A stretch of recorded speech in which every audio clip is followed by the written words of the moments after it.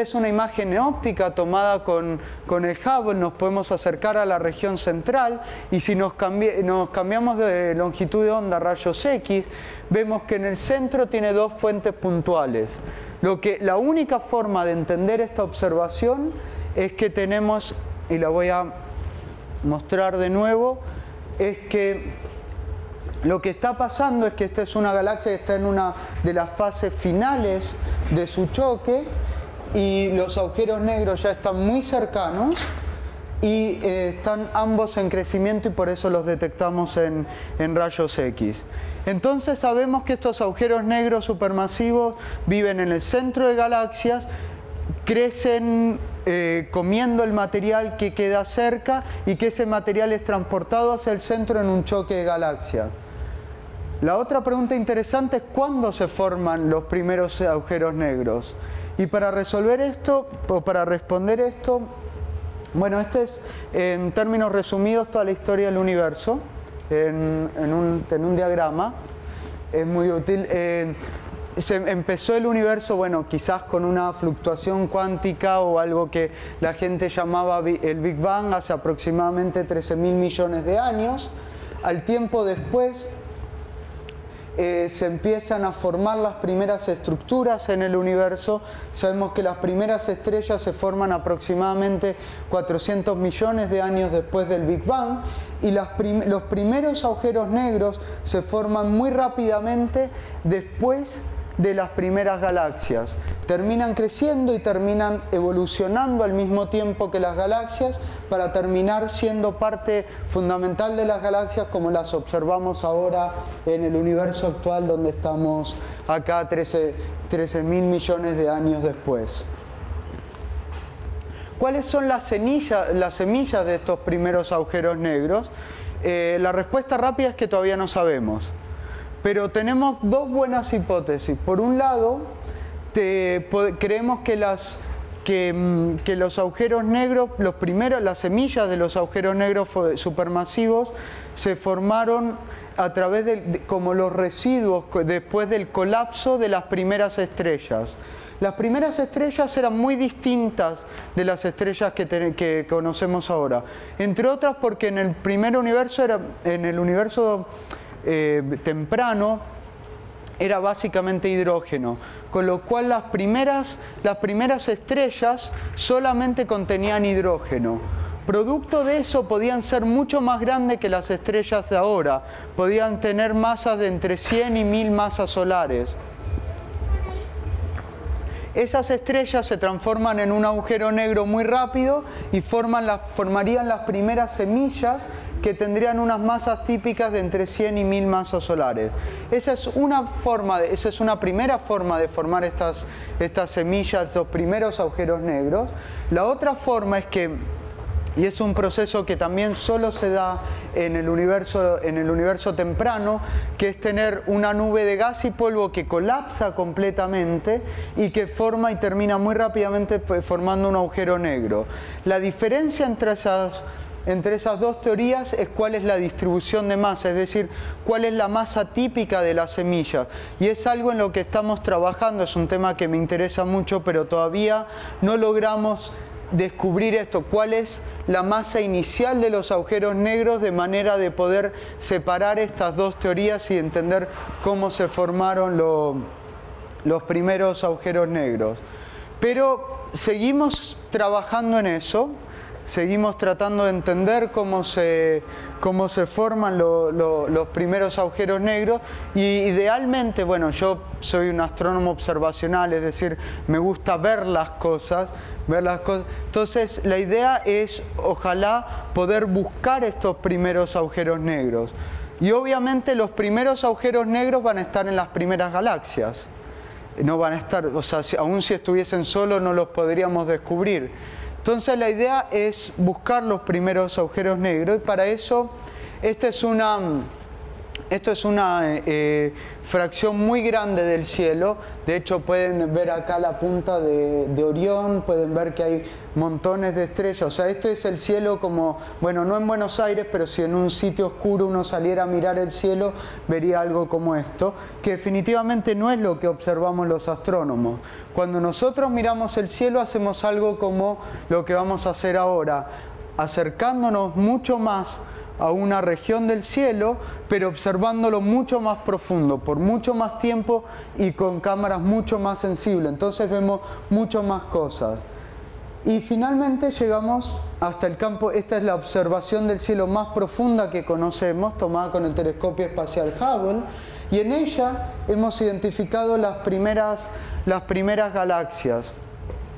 Estas son las galaxias más lejanas que conocemos. Están aproximadamente a 13.000 millones de años luz de nosotros, es decir, las vemos cuando recién se formaron, unos 700 millones de años después del Big Bang, y nuestra idea era buscar si había agujeros negros supermasivos creciendo en estas primeras galaxias, que por lo tanto serían los primeros agujeros negros que se forman, uno de los primeros agujeros negros que se forman.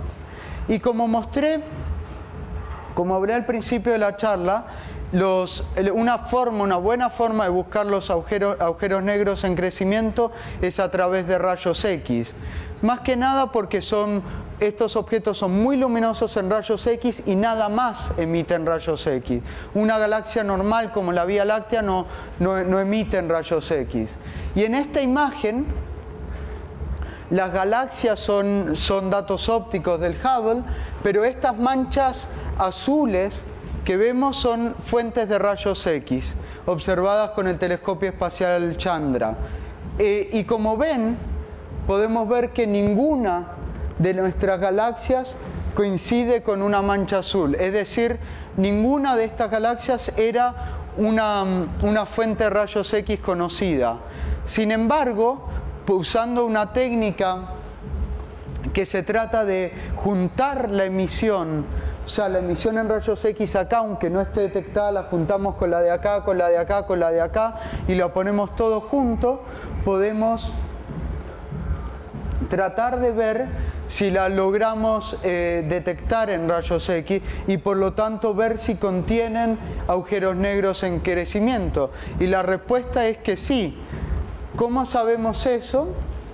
Porque si juntamos esta emisión en esta técnica que se conoce como stacking, tenemos una detección muy fuerte en rayos X, que es una muestra clara de que son agujeros negros, que hay agujeros negros supermasivos de tamaños de entre 1 a 10 millones de masas solares, es decir, muy parecidos al que está en la Vía Láctea, y que serían los primeros agujeros negros supermasivos que se formaron en el universo.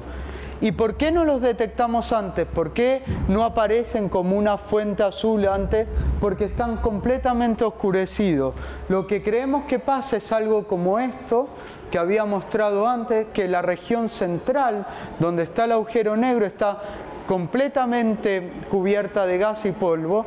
En los principios del universo había mucho más gas y estaba mucho más concentrado que ahora, por lo tanto no es difícil creer que había mucho más gas rodeando a estos agujeros negros, y por eso justamente es que no pudimos detectarlos anteriormente. Incluso en rayos X estaban completamente oscurecidos. Y finalmente, la última pregunta que quería responder es: ¿por qué nos importa todo esto? ¿Por qué deberíamos estudiar todo esto? Y bueno, empecé mostrándoles que la Vía Láctea tiene un agujero negro supermasivo, tiene unas 4 millones de masas solares.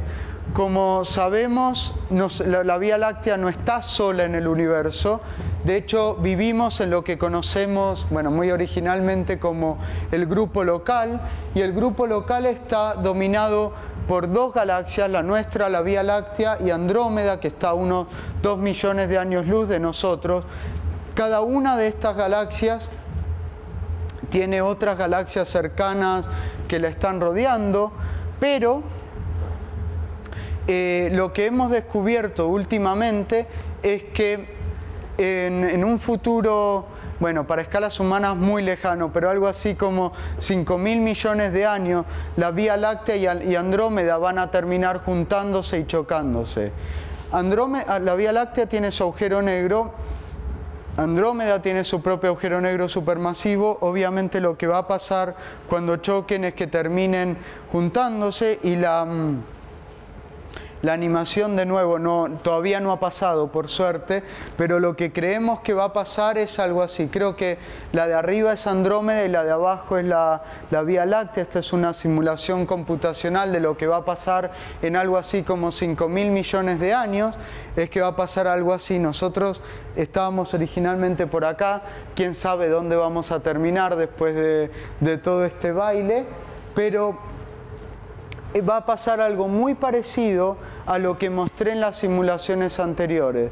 Es decir, todo este proceso de juntar los agujeros negros, de que crezcan, de que emitan una gran cantidad de radiación, va a terminar pasándonos a nosotros y la Vía Láctea y Andrómeda no van a terminar como galaxias separadas como son ahora y van a formar algo que, bueno, por su nombre en inglés la gente lo conoce como Milcómeda o algo así, no se me ocurre cómo llamarlo en español. Pero en definitiva, toda esta historia que les conté y de cómo crecen los agujeros negros y de los choques de galaxias es algo que nos va a terminar pasando a nosotros en algo así como 5.000 millones de años. Y bueno, con esto quería terminar la charla. Gracias.